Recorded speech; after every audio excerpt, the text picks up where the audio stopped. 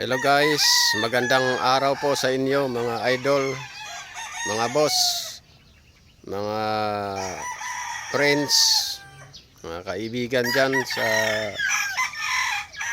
pagbabloging, kaibigan dito sa YouTube.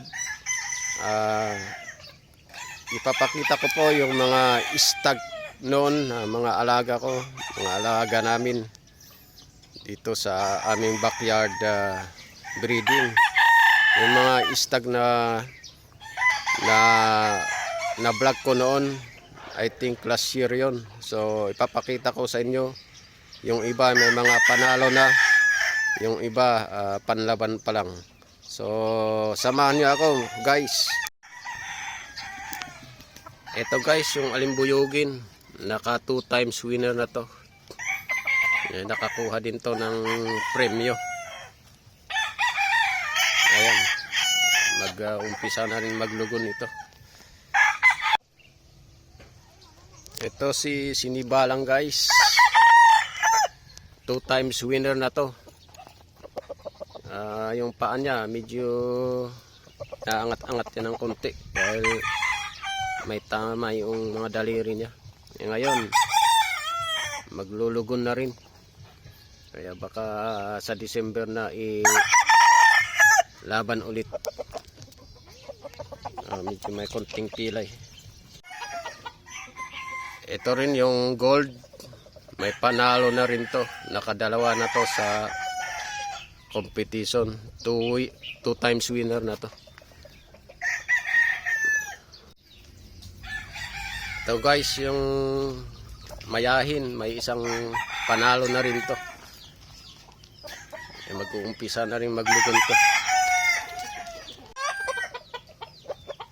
Ito guys yung mga panlaban na, wala pang panalo ang mga to. Marami kaming panlaban na nakahanda dito. Ito rin yung isang alimbuyugin, panlaban na rin to, kaya maintenance na lang ang ginagawa dito. Itong talisayin na to, nadala ito sa sabungan kaso nangayaw, kaya hindi na ipalaban, hindi na tuloy yung laban niya. Kasi nung inakyat sa ruweda biglang namulok, kaya hindi tinuloy yung laban niya, kaya wala pang panalo ito. Ito rin yung isang Sinibalang, nadala din to sa sabungan kaso walang pares, kaya naibalik. Ngayon naglulugon na rin, kaya baka December na to ilalaban. Ito may bulik kami dito kaso hindi pa na ilaban din to, dark pit siya. Baka pagsabay-sabayin ng ilaban yung mga hindi pa na ilalaban. Isa rin itong panlaban namin. Ito tinawag namin na bulldozer kasi ang laki-laki nitong talisay na to. Kapatid ng isang talisay na pinakita ko kanina. Pero ito ang laki, derby size siya.